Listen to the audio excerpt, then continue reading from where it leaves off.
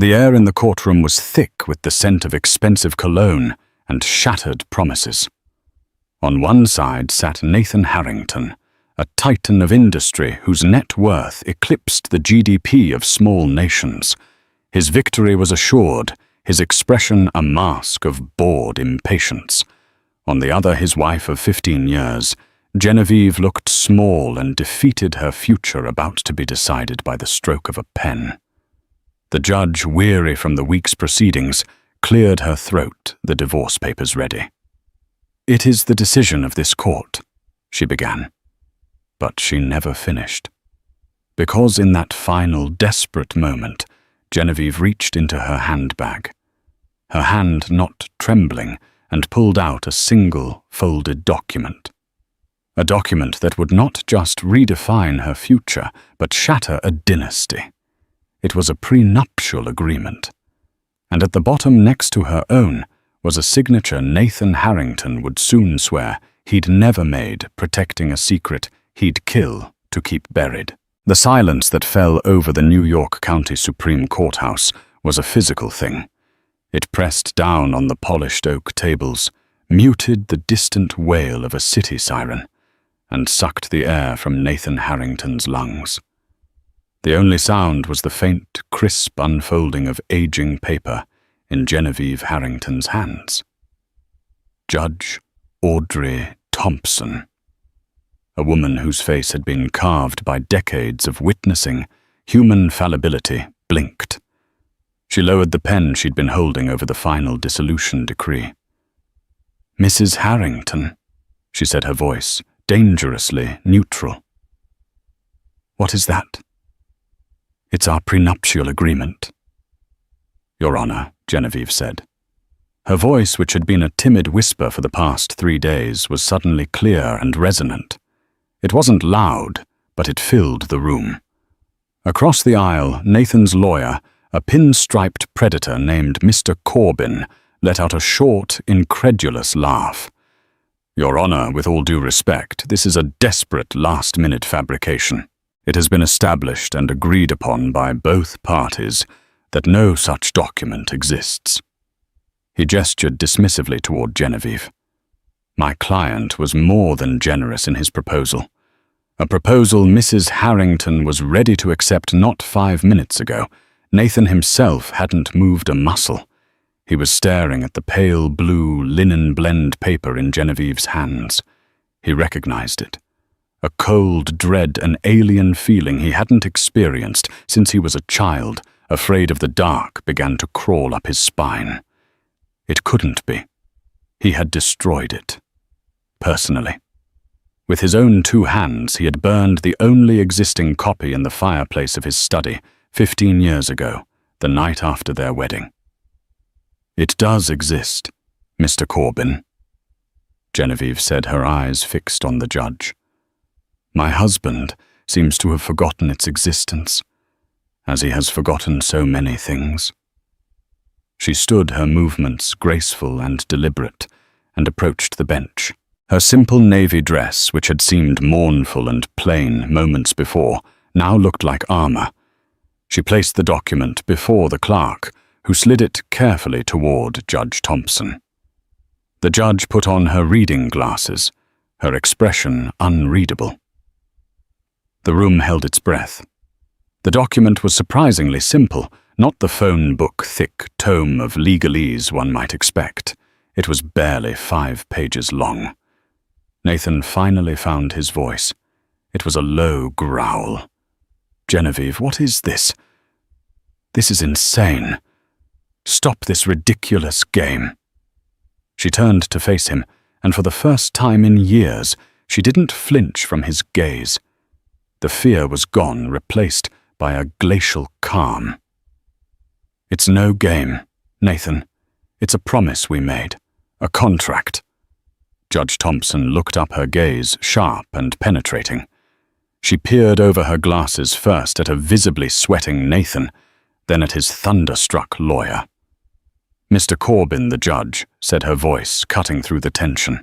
"This document, dated May 12, 2010, appears to bear the legitimate signatures of both your client, Mr. Nathan Harrington, and the petitioner, Miss Genevieve Parker, as she was then known. She paused, letting the weight of her words settle. It also bears the signature of a witness. Corbin stammered, a forgery. Your Honor. Clearly a forgery.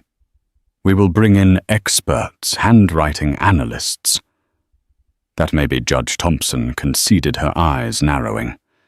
But I am more interested in Clause 4B. She looked directly at Nathan, whose face had gone from tanned and confident to a sickly pale white. A clause I suggest you refresh your memory on Mr. Harrington. It states that in the event of a marital dissolution resulting from, and I quote, an act of profound personal betrayal including but not limited to infidelity, all assets, properties, and holdings acquired prior to the marriage remain with their original owner. Corbin scoffed. Well, that's standard boilerplate, Your Honor. My client is the sole earner. The assets acquired prior were his. Please allow me to finish, Mr. Corbin. The judge snapped, her patience gone. It continues. With one exception, a 51% controlling interest in Harrington Innovations, the entity foundational to the couple's subsequent financial success, shall be transferred to Ms. Parker. The rationale, as written here, is that this entity was a partnership of vision, and its potential was unlocked through joint support and sacrifice during the foundational years of the marriage. The room erupted in gasps. Corbin's jaw hung open. Harrington Innovations wasn't just some pre-marital asset. It was the seed from which the entire Harrington global empire had grown. It was the tech startup Nathan had poured his heart and soul into before he met Genevieve, the one that developed the revolutionary logistics software that became the engine of his billion-dollar machine. It was his baby, his legacy. To lose a controlling interest in it would be more than a financial blow. It would be an amputation. Nathan shot to his feet, his chair screeching against the floor. That's a lie. A complete and utter fabrication. She faked this. That is not my signature. His voice boomed, the voice of a man used to absolute command. But underneath it was a new raw note of panic. Genevieve simply stood her ground, her hands clasped calmly behind her back. Judge Thompson banged her gavel, the sound cracking like a gunshot. Sit down, Mr. Harrington. You will maintain decorum in my court. He sank back into his chair, his face a mask of purple rage. He looked at Genevieve. Truly looked at her, and the woman he saw was not the pliable, gentle creature he had decided to discard. He saw a stranger, a strategist who had just checkmated him in a game he didn't even know he was playing. Your Honor, Genevieve said, her voice steady. I have proof of the signature's authenticity, and I have proof of the infidelity. She gestured to her own lawyer, a quiet, unassuming man named Robert Chen, who had been watching the proceedings with the patient stillness of a heron. He stood and opened his briefcase. He didn't pull out a single file. He began placing thick, neatly bound dossiers on the table, one after another. There were 5 of them. Each one bore the name of a different woman. The sound of paper had started the earthquake. The sight of those dossiers was the tsunami that was about to wash Nathan Harrington's world away. The story of the prenup began not with lawyers, but with champagne and starlight. 15 years earlier, Genevieve Parker was a doctoral candidate in art history, working part-time at a gallery in Soho. Her life was a comfortable academic world of research, dusty books, and the quiet thrill of discovering the story behind a forgotten masterpiece. Nathan Harrington crashed into that world like a meteor. He was the gallery's biggest patron, a charismatic force of nature who who was already a legend in the tech and finance worlds at 35. He wasn't just rich, he was dynamic, intelligent, and possessed a laser-focused attention that made anyone he spoke to feel like the only person in the universe. One evening during a private showing, he bypassed the fawning gallery owner and walked directly to Genevieve, who was nervously explaining the provenance of a minor impressionist piece to a potential buyer. "Tell me something the plaque doesn't," he'd said, his blue eyes locking onto hers. For the next hour he listened, truly listened, as she spoke with passion about brushstrokes, about the artist's desperate letters to his brother, about the hidden symbolism in the choice of a wilting flower. He wasn't interested in the painting as an investment. He was captivated by the story and by the storyteller. The courtship was a whirlwind. Helicopter rides to the Hamptons, private tours of the Met, after hours dinners in Paris. To a woman whose biggest thrill was finding a rare book. It was intoxicating. He loved her mind, he said. He loved that she wasn't like the other women in his circle. Women whose ambitions were measured in carats and square footage. He called her his still point in a turning world. Her friends were wary. Her closest friend, Sarah Jenkins, a sharp-witted public defender, was the most vocal. "Jen, the man's a shark," she'd said over coffee one afternoon. Sharks don't change their nature just because they admire a dolphin. Genevieve had dismissed it as cynicism. She was in love. The topic of a prenuptial agreement came up a month before the wedding. It was Nathan who raised it, of course.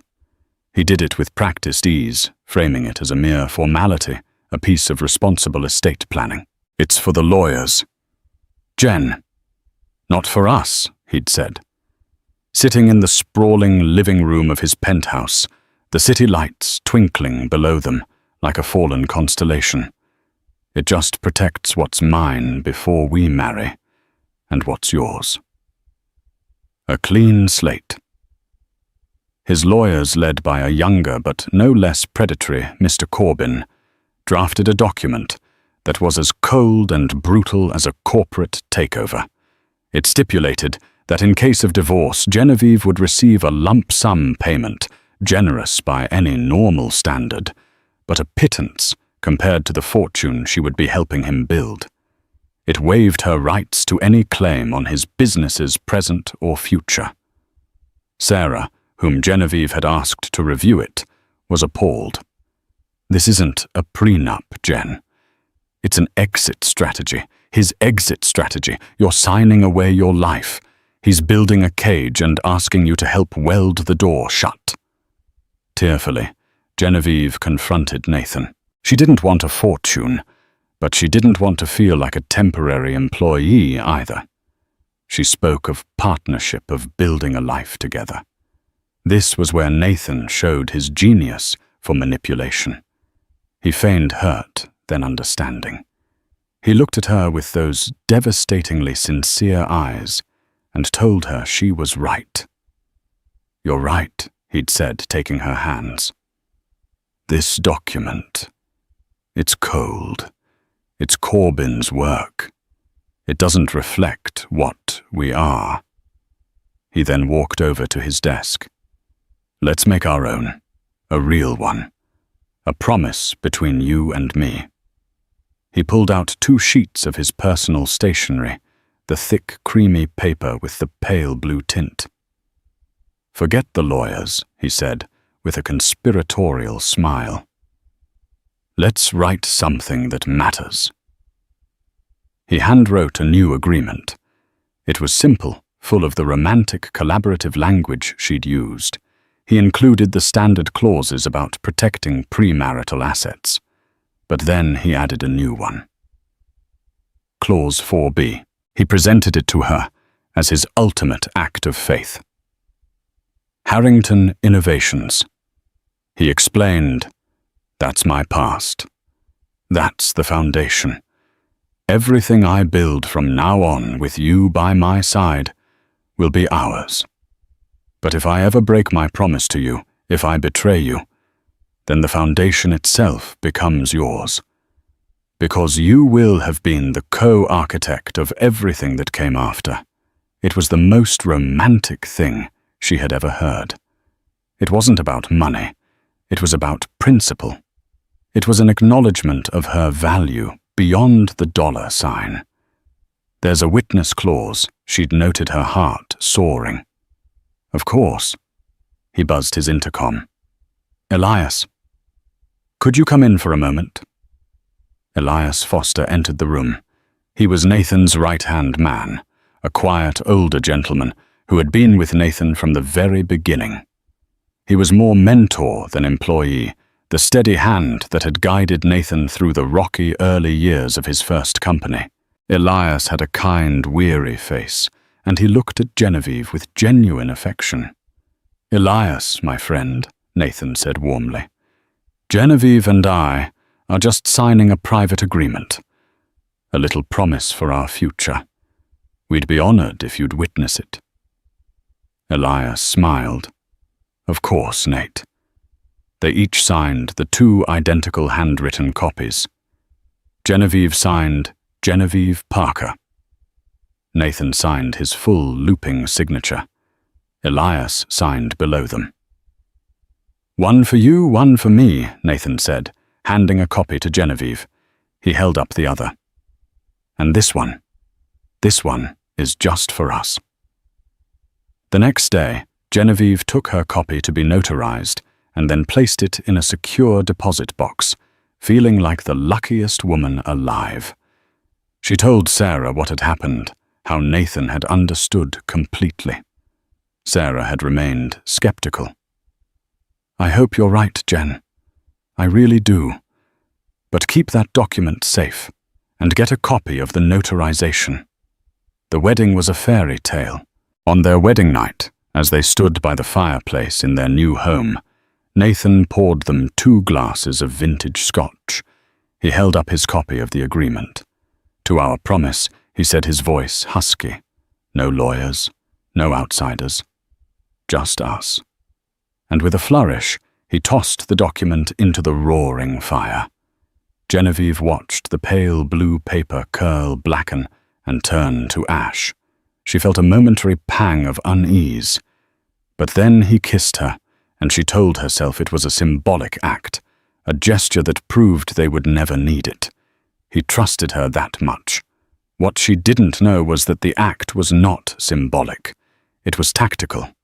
He believed hers was the only other copy in existence, and he was confident that over the years, through household moves, through the blissful complacency of marriage, it would be lost, forgotten, or misplaced. He had just created the perfect illusion of fairness, while ensuring the brutal corporate prenup drafted by Corbyn remained the only one his legal team had on file, the one he would default to if this ever ended. He had built the cage and convinced her it was a castle. For 15 years, Genevieve had lived in that castle.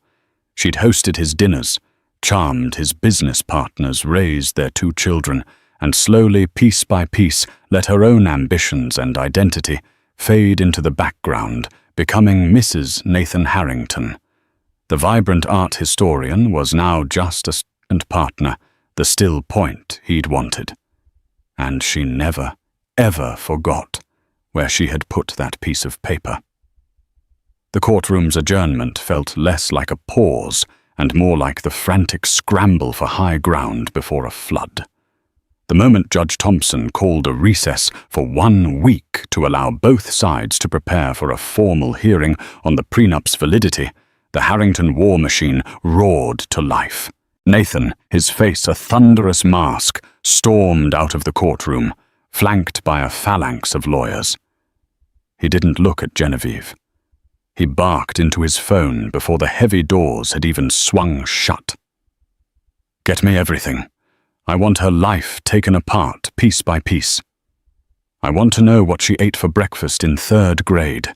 I want every ex-boyfriend, every disgruntled friend, every financial misstep. dig. And use the A-team. The A-team was his euphemism for a ruthless private investigations firm known for its ability to manufacture scandal where none existed. For Nathan, truth was a commodity, and he was prepared to spend millions to create his own version of it. Mr. Corbin cornered Robert Chen in the hallway. The contrast was stark. Corbin, tall, aggressive, impeccably tailored. Chen, of average height in a slightly rumpled suit, holding a worn leather briefcase. "You've made a grave error," Chen Corbin hissed, his voice low and menacing. "This stunt will backfire spectacularly. That document is a laughable forgery, and we will prove it. When we do, we will countersue your client for fraud, and you for malicious prosecution. You'll be disbarred before you can even file an appeal." Chen adjusted his glasses. "The document is authentic, Mr. Corbin, and my client's claims are substantiated. I suggest you advise your own client to prepare for a negotiation based on the terms outlined within it." Corbin laughed, a dry, humorless sound. "Negotiate. We are going to obliterate you. By the time we're done, Mrs. Harrington won't be able to afford a bus ticket out of this city." The first salvo was fired 2 days later. A sleazy online tabloid one, known to be a favored outlet for Nathan's PR team to leak damaging stories about rivals, ran a front-page story. The headline screamed, "Jilted Wife's Forgery Plot." Genevieve Harrington's desperate attempt to forge prenup after affair with younger man. The story was a masterwork of insinuation and half-truths. It painted Genevieve as a vindictive gold digger who, upon learning Nathan was leaving her, conspired to fake the document. It included grainy photos of her having lunch with her cousin, a man 10 years her junior, framed to look like a clandestine romantic rendezvous.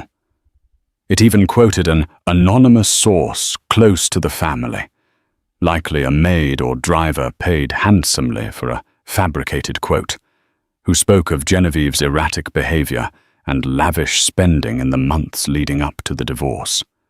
The attack was surgical. It was designed to poison the well, to paint her as an unreliable, immoral actor in the court of public opinion before she ever had a chance to present her case in a court of law. The phone calls started immediately. The private school where their children, 12-year-old Olivia and 10-year-old Ben, were enrolled. Concerned parents whispering friends' vultures from the media. The walls of the gilded cage she had lived in for 15 years suddenly felt like they were shrinking, the air growing thin. That evening, Genevieve sat in the kitchen of the townhouse she was now renting, the silence broken only by the hum of the refrigerator. Her children were with her parents for the week, shielded from the immediate fallout, but she knew it was only a matter of time before they were hurt by the shrapnel of their parents' war. She was staring at the tablet, at the hateful article, when her lawyer called. "It's a classic smear campaign," Genevieve Robert Chen said, his voice calm and reassuring amidst the storm. "It's ugly, but it's predictable. It's what bullies do when they get scared. Don't read it. Don't engage.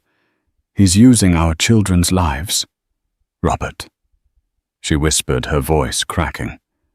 "He's turning our friends against me. He's twisting everything. We knew he would. Now we need to focus. They are going to attack the document on 2 fronts, the signature and the witness. Their handwriting expert will claim the signature is a masterful but detectable fake, and they will do everything in their power to discredit or silence the witness. We need to find Elias Foster before they do." The name hung in the air. Elias Foster, the kind-faced man who had witnessed their promise. He was pushed out of the company about 10 years ago, Genevieve recalled. Nathan said he was let go, that he'd made a series of bad investments with company funds, Nathan framed it as a betrayal. He was heartbroken, he said. She paused, a new sickening understanding dawning on her. Oh my God. He wasn't heartbroken. He was covering his tracks. Elias knew too much. Exactly, Chen said. Nathan would have made sure to discredit him long before he became a potential liability. He was probably forced to sign an ironclad NDA and given a severance package contingent on his silence. Finding him will be difficult. He'll be scared.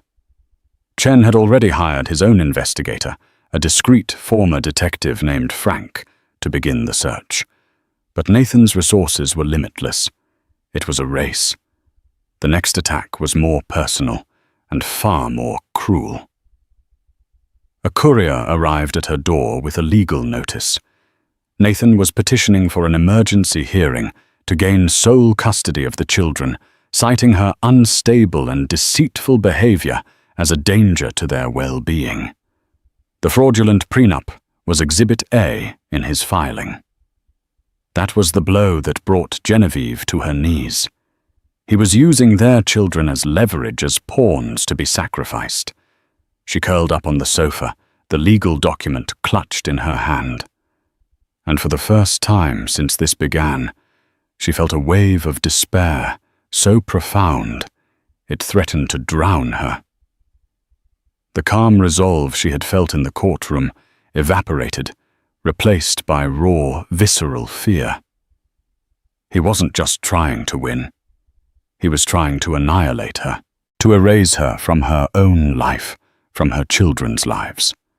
It was in that moment of darkness, huddled on the couch in a rented house, that her phone rang again.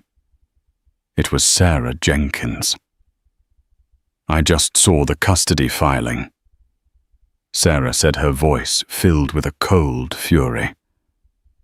That absolute bastard. There was a pause. Jen, you listen to me. This is what he wants. He wants you to break. He wants you to crumble and give up, and he'll give you back your kids and a quiet life. Do you understand? It's a tactic. He's going to take my children. Genevieve sobbed. No, he's not. Sarah said, her voice hardening with purpose. We're not going to let him. The man has more skeletons in his closet than a cemetery. You fought back in that courtroom. Now you get up off that floor and you keep fighting. You find that witness. You prove that signature. You burn his empire to the ground if you have to. You wanted a war. You've got one. It's time to start dropping your own bombs. Sarah's words cut through the fear. She was right. This wasn't just about a prenup anymore. It was about survival. Genevieve wiped her tears, her knuckles white as she gripped the phone. The despair was hardening into something else, something cold and sharp. Rage. Okay, she said, her voice low and steady. Okay, Sarah. What's the first target the Empire had struck back? Now the rebellion would begin. The search for Elias Foster was like hunting a ghost.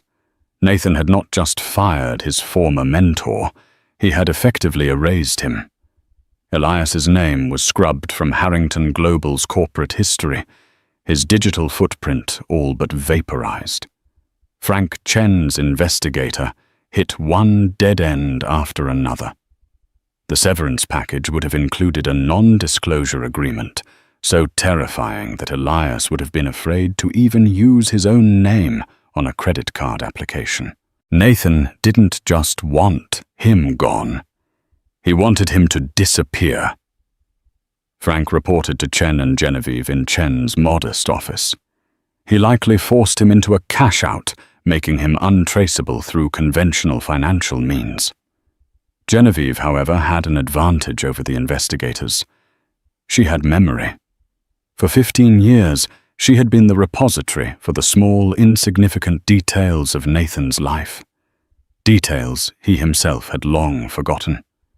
He used to talk about Elias all the time in the early years, she said, closing her eyes, forcing herself back into the memories of a happier time. He said Elias was the only person who could ever beat him at chess.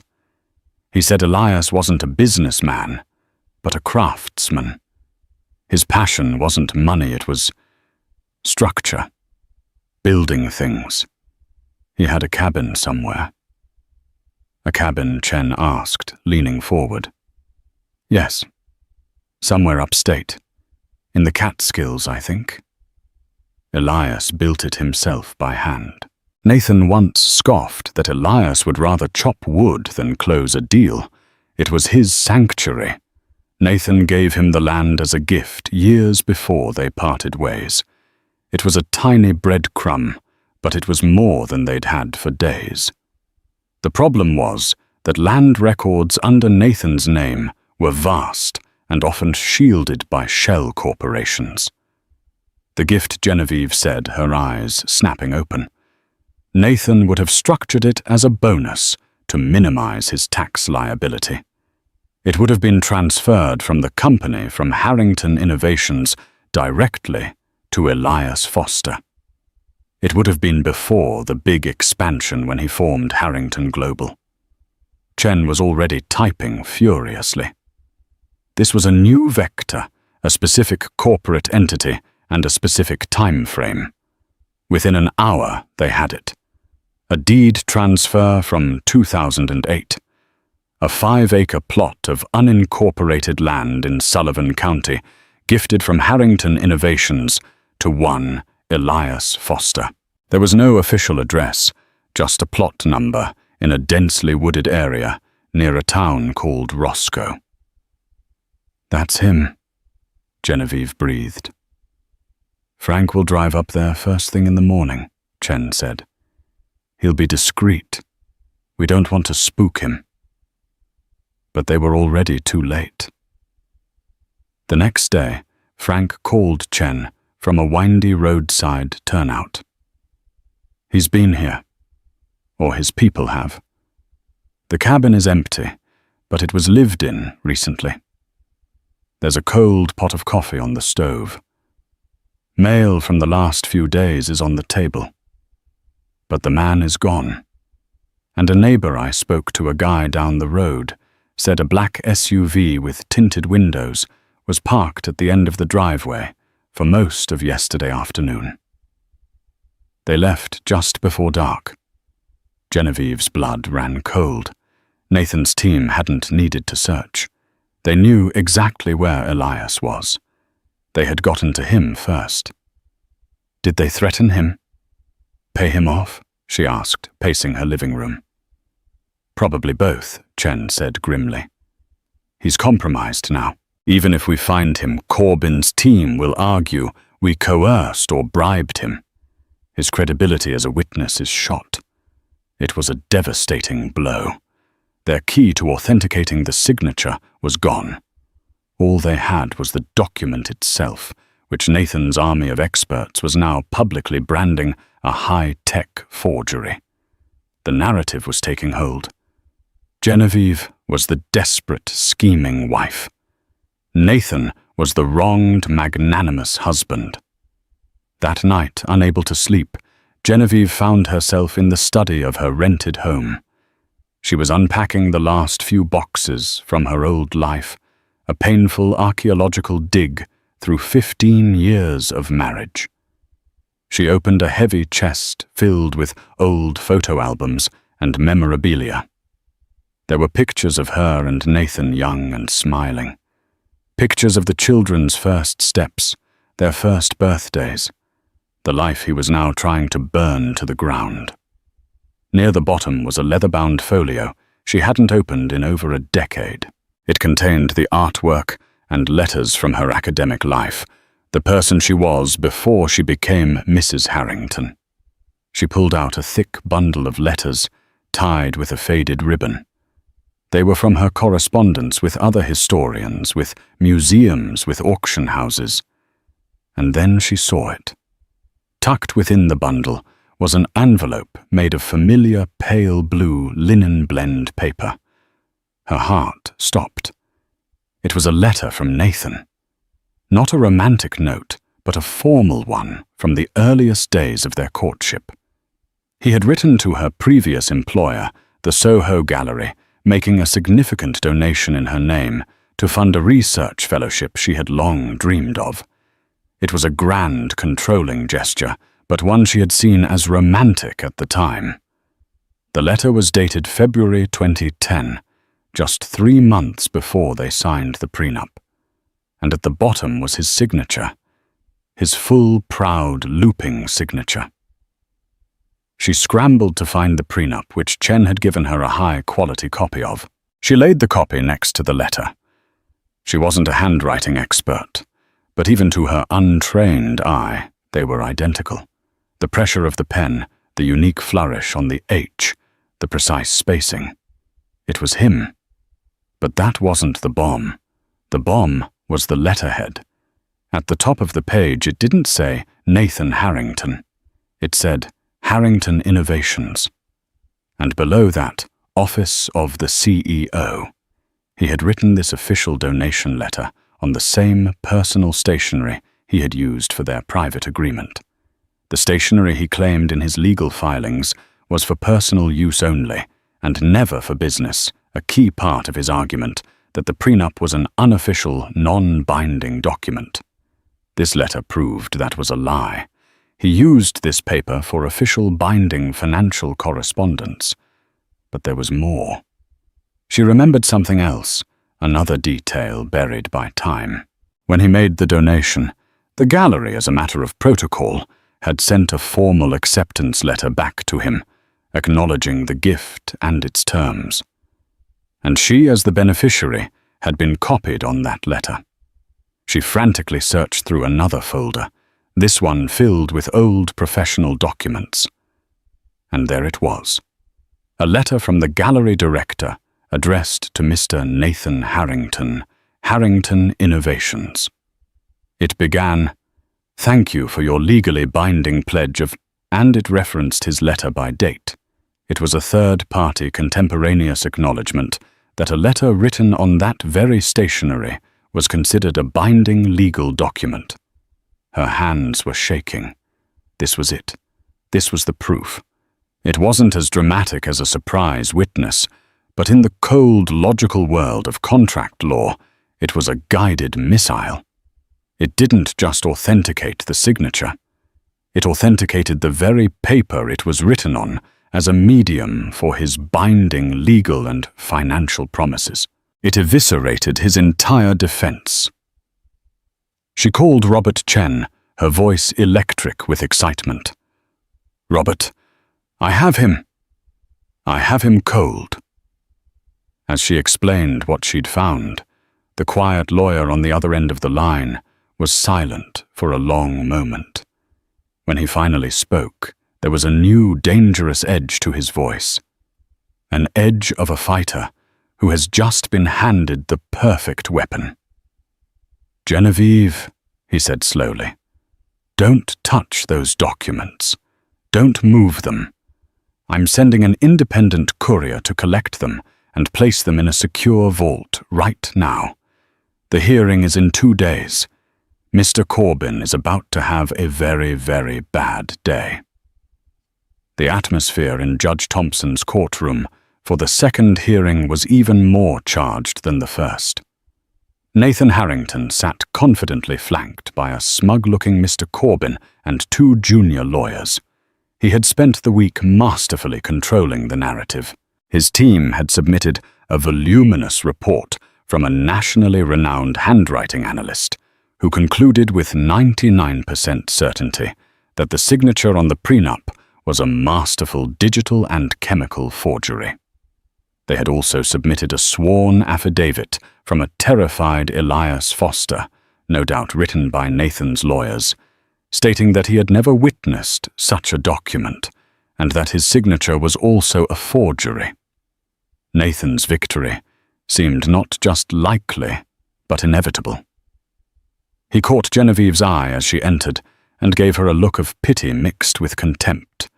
It was the look of a king banishing a courtier who had dared to displease him. The hearing began with Corbin laying out his case with theatrical flair. He called the prenup a pathetic fantasy and Genevieve's actions a stain on the sanctity of the marital contract. "We have provided irrefutable expert testimony." "Your Honor," Corbin declared, gesturing to his mountain of files, "the signature is fake. The witness has denied his involvement. There is simply nothing left to discuss other than the severe legal penalties Mrs. Harrington must now face for this attempted fraud." Judge Thompson looked over at Robert Chen. "Mr. Chen." "Your response." Chen stood calm as ever. "Your Honor, we do not need to rebut their experts' claims about the signature because we are not going to debate the signature's authenticity. We are going to prove it." He produced the letter Nathan had sent to the art gallery, sealed in a protective evidence bag. He presented it as Exhibit B, Your Honor. "This is a letter written by Mr. Harrington 3 months prior to the prenup on the exact same personal stationery. It is a letter in which he makes a substantial legally binding financial pledge. We have that signature, and we also have Exhibit C." He then produced the gallery's response, Exhibit US, which explicitly referred to Nathan's letter as a legally binding pledge. Mr. Harrington's entire case rests on the fiction that this stationery was for informal notes only, and that the prenup was therefore not a serious document, Chen explained, his voice ringing with newfound authority. "These documents prove that Mr. Harrington used this exact paper for official binding financial matters. His argument is a lie." He let the word hang in the air. "Lie." Corbin jumped to his feet, sputtering objections, but Judge Thompson waved him into silence. She was studying the new exhibits with intense interest. The trap had been sprung. Nathan's team had spent all their resources discrediting a signature, but Chen had just outflanked them by authenticating the paper itself. Nathan's face had lost its confident smirk. He was staring at the letter, a flicker of confusion and fury in his eyes. He had forgotten all about it. "Furthermore, Your Honor," Chen continued, pressing his advantage, "the existence of this correspondence, which we will have our own expert verify against the prenup, makes Mr. Foster's coerced affidavit irrelevant. The documentary evidence is clear." A murmur went through the courtroom. The tide had just turned swiftly and brutally. Judge Thompson looked at Corbin, her expression frosty. "Mr. Corbin, I am admitting these documents into evidence. I suggest you take a moment to confer with your client." It was a clear signal. The judge was not only accepting the evidence, she was believing it. But Genevieve knew this was only part of the battle. Proving the prenup was real was one thing. Proving infidelity was another. The tabloid stories had muddied the waters, making her own character suspect. Her evidence of his affairs, the dossiers she'd brought to the first hearing, could be dismissed as the vengeful work of a woman scorned. As the judge called for a brief recess, Genevieve leaned over to Chen. "It's not enough, Robert. They'll pivot. They'll admit the prenup is real, but argue that the infidelity clause hasn't been triggered. They'll say I'm the one who had the affair." Chen gave a small, almost imperceptible smile. "That's what I'm counting on." He patted his briefcase. "There's one more thing about that prenup they've overlooked. Everyone, including you, Jen, has been focused on Clause 4B. She looked at him confused. "What else is there?" "There is an addendum," he said, lowering his voice. "Addendum 2, a clause that Nathan himself insisted on. A clause so specific and so strange that I think he forgot it was even in there. He was so focused on the main text, he never imagined it would ever come into play." He slid a copy of the prenup across the table to her and pointed to the very last page. It was a short paragraph, written in Nathan's own hand, just above the signature lines. Addendum 2. In recognition of the complexities of life preceding this union, a private trust designated the Phoenix Trust shall be established and independently administered by a third party.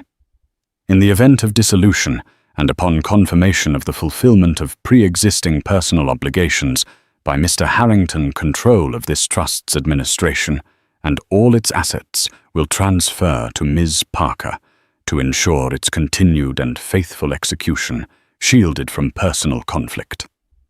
Genevieve read it twice. It was dense with legalese that Nathan had clearly written himself.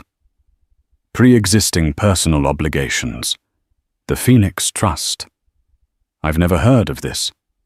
What does it mean? I didn't know either, Chen admitted.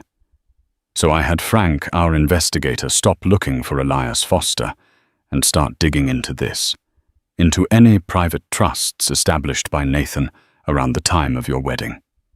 It took him a week of chasing shell corporations and offshore accounts, but he found it. Chen's eyes met hers. Genevieve, the pre-existing personal obligation is a child. The world tilted on its axis. A child, she whispered. A son, born a year before you met Nathan. His name is Leo. Nathan has kept him and his mother completely hidden.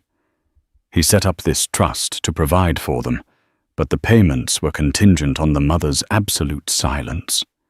He was terrified of a scandal derailing his rise to power. He put that clause in the prenup as a fail-safe. He figured if you ever divorced, he could prove he'd fulfilled his obligation by paying them off, and the matter would be closed. He never ever imagined that you would be the one put in charge of it. Genevieve felt a wave of nausea. A child, a whole secret life he had hidden from her for 15 years. The depth of the deception was staggering. It wasn't just about cheating. It was about a fundamental lie that sat at the very core of their life together. This clause, Chen explained, his voice precise, is our real weapon. Forget the infidelity for a moment. This is bigger. The existence of a secret child and a secret trust created to conceal him is the very definition of profound personal betrayal. It's a betrayal not just of you, but of the child himself.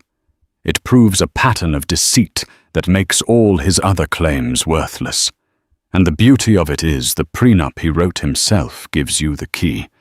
It gives you control over the very secret he tried to bury. Genevieve looked across the courtroom at Nathan. He was deep in a furious, whispered conversation with Corbin, no doubt trying to figure out how to counter the gallery letter. He had no idea what was coming. He was fighting a battle on his western front, completely unaware that an army was about to crest the mountains to his east. The mother Genevieve said, her voice barely audible. "Where is she? Where is the boy?" "Her name is Catherine Powell," Chen said. "She lives in a quiet town in Connecticut. Frank has an address, and according to him, she stopped receiving her monthly payments from the trust 2 months ago, right around the time Nathan decided to divorce you. He was cutting off loose ends. She's scared, and she's angry." Genevieve's rage from the other night returned, but it was different now. It was cold, clear, and focused. This was no longer her fight alone. There was an innocent woman and a child who had been manipulated and discarded by the same man. "The recess is almost over," she said, her decision made. "When it's done, I want you to ask for another continuance." Chen looked surprised. "Genevieve, we have the advantage here. We need to do one more thing before we end this," she insisted, her gaze steely. "I'm going to Connecticut. I'm going to meet Catherine Powell. This isn't about his money anymore. It's about his victims. and he's not going to face just one of them in this courtroom. He's going to face us both. The drive to Connecticut was a journey into Nathan's secret past. Genevieve sat in the passenger seat of Robert Chen's car, the rolling green hills a blur outside the window. She had asked Chen to come with her, not just as her lawyer, but as a steadying presence. The woman she was about to meet was not an enemy or a rival. She was a fellow casualty. Catherine Powell lived in a modest but well-kept colonial house on a leafy street in a town that prided itself on its quiet anonymity. It was the kind of place a man like Nathan would choose to hide a secret, pleasant, unremarkable, and completely off the society page's radar. As they walked up the stone path, Genevieve's heart pounded. What would she say? How do you begin a conversation with the woman who shared a hidden history with your husband? The door opened before they could knock. A woman stood there, her face pale and etched with worry, but her eyes, a deep, intelligent brown, were resolute. She was petite, with dark, curly hair tied back, and she held herself with a quiet dignity. This was Catherine Powell. "You must be Genevieve," she said. Her voice was soft but firm. "I've been expecting you.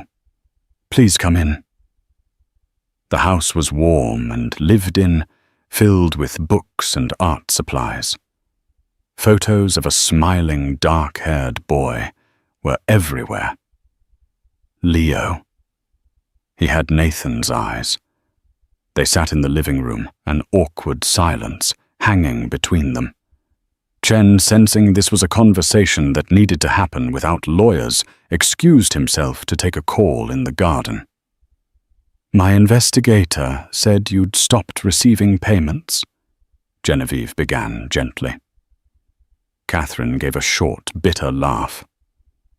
"The day his lawyer served me with a new, much more restrictive non-disclosure agreement, the payments stopped. He wanted to ensure my silence before he filed for divorce from you. When I refused to sign it, he cut me off.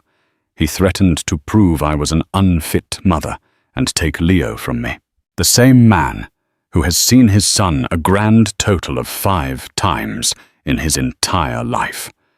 The parallels were chilling. He was using the same tactic on both of them. He told me you were a one-night stand." Genevieve confessed the words tasting like ash, a mistake he had to manage. Catherine's eyes flashed with a pain that was clearly still raw. "We were together for almost 2 years. I was a junior analyst at a bank that was helping to finance Harrington Innovations. He was brilliant, charming. You know the story. I fell in love with him. I thought he loved me. When I told him I was pregnant, he changed. It was all about the scandal, how it would ruin his public image, how it would destroy the company he was about to take public." She looked away toward a picture of her son, kicking a soccer ball. "He convinced me to walk away. He said it was the only way to guarantee a future for our child. He created the trust, the Phoenix Trust, he called it. So dramatic. He said it was about our son, rising from the ashes of our relationship. He made me promise to never contact him, to never reveal Leo's paternity. He said if I did, he would use his power to make sure I never saw my son again. I was young, and I was terrified. So I agreed. He put a clause about the trust in our prenuptial agreement," Genevieve said softly. Catherine looked at her, shocked. "He what?" He never thought it would be found, or that the prenup would ever surface. And in it, he gave me. He gave his wife ultimate control over the trust in the event of a divorce. For a long moment, Catherine just stared at her. Then for the first time, a slow smile spread across her face. It was a smile of pure, unadulterated irony. The sheer hubris of the man was almost comical. In his attempt to build a foolproof system of control, he had created the very mechanism of his own downfall. So the man who has spent 16 years trying to keep us apart has now legally bound our futures together, Catherine mused. Poetic. He is trying to take my children too, Genevieve said. He is painting me as an unstable, fraudulent monster in the press. He is trying to erase me, because we are the two people who know who he really is. Catherine said, her voice hardening. Behind the charm, behind the billions, he's a coward. He's terrified of anything he can't control. Of the truth. An understanding passed between the two women, solid and unspoken. They were not rivals. They were allies, forged in the fire of a common betrayal. They were the architects of his past and his present, and they would now be the architects of his future. His lawyer, Corbyn, is going to paint you as an extortionist, Genevieve warned her. He'll say you're colluding with me for a bigger payday. Let him try. Catherine said, her dignity a shield. I have 16 years of letters I wrote to Leo about his father, letters I never sent. I have the one photograph of Nathan holding him as a baby, a photograph his security team tried to confiscate. I have the original trust documents he made me sign. This isn't about money. It's about my son, knowing that his mother wasn't a shameful secret, and that his father is held accountable for his existence. They spent the next 2 hours planning. Catherine agreed to testify. She would not be a hostile witness dragged into court with a subpoena. She would walk in willingly as Genevieve's witness. Robert Chen joined them again. His legal mind carefully structuring Catherine's testimony to be factual, irrefutable, and devastating. As Genevieve and Chen were leaving, Catherine stopped Genevieve at the door. Genevieve, she said, her expression serious. When you get control of that trust, I don't want his money. I want his name. I want Leo to have the option to be recognized as a Harrington if he so chooses when he's older. That's all I've ever wanted. I'll do more than that. Genevieve promised, her voice filled with a conviction that surprised even herself. The prenup gives me 51% of Harrington Innovations, the foundational company. It's not about the money for me either. It's about the principle. And the principle is this, that company's success was built on a lie. Part of its legacy will now be securing the future of the son its founder tried to hide. They shook hands not as a formality, but as a pact.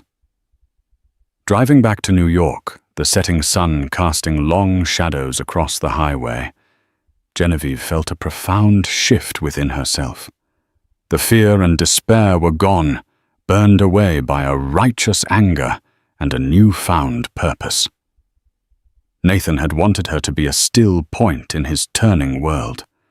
Instead, she had become the force that was about to bring his world to a dead stop. He thought he was at war with the quiet, timid woman he had married. He had no idea he was now at war with the two women who held his entire history and his legacy in their hands. The final day in court was a fortress of arrogance on Nathan Harrington's side. His lawyers were confident his victory all but assured. They were prepared to swat away accusations of infidelity, like flies, unaware they were about to face a dragon. When Judge Thompson entered, Robert Chen rose. "Your Honor," he began, "we will now prove the profound personal betrayal that triggers this prenup. We call our witness Catherine Powell." The name meant nothing to Nathan's team, but as the courtroom doors opened and a composed, dark-haired woman walked in, Nathan's face turned to chalk. He knew this ghost. He understood in a blinding flash of terror that the game was over. Catherine took the stand. Chen's first question was a surgical strike. "Ms. Powell, could you please state your relationship to Mr. Harrington?" Her voice was clear and steady, cutting through the silence. "He is the father of my 16-year-old son." The words detonated in the courtroom. Gasps echoed as reporters scrambled. Corbin looked at his client, a man frozen in a state of living rigor mortis, and knew he had been checkmated. The carefully constructed narrative of a wronged husband was incinerated on the spot. Chen presented the evidence, the trust documents for the Phoenix Trust, the photograph of Nathan holding his infant son, the 16 years of concealed truth. It was an avalanche that buried Nathan's lies completely. Judge Thompson had seen enough. Her face was a mask of cold fury. She looked at the shell of the man at the defendant's table with utter contempt. "This court finds the prenuptial agreement authentic and binding," she declared, her voice ringing with finality. "The testimony heard today proves a deceit so profound it is staggering. Therefore, the court orders the immediate enforcement of the agreement." She banged her gavel, each strike a nail in the coffin of Nathan's empire. 51% controlling interest in Harrington Innovations will be transferred to Mrs. Genevieve Harrington. Full control of the Phoenix Trust is hereby transferred to Mrs. Harrington, and this court will be notifying the district attorney's office regarding potential perjury. It was a total annihilation. Nathan sat broken as Genevieve rose. She walked past him not with triumph, but with quiet finality. She met Catherine, and the two women shared a look of solidarity, a silent pact between the two pillars of the truth he had tried to bury. As Genevieve walked out of the courthouse into the bright, flashing lights of a new life, she wasn't just a divorcee. She was a victor, a survivor who had used the truth as a weapon and reclaimed not just her fortune, but her soul. That was the incredible story of Genevieve Harrington, a woman who proved that the quietest person in the room is often the most dangerous. This wasn't just a divorce. It was a masterclass in strategy, patience, and the unbreakable power of truth. It's a story about how the deepest betrayals often plant the seeds of their own destruction. Nathan Harrington built an empire on secrets, but he forgot that secrets have a shelf life, and the women he scorned became the arbiters of his fate. If this story of deception, resilience, and ultimate justice captivated you, and if you believe in the power of a single person to topple a giant, then please show your support. Hit that like button to let us know you want more. Share this video with someone who needs to hear that strength comes in many forms. And most importantly, subscribe to our channel. We bring you the most compelling real-life dramas every week, proving that sometimes the most shocking stories are the ones that are true. Click that bell so you never miss an update.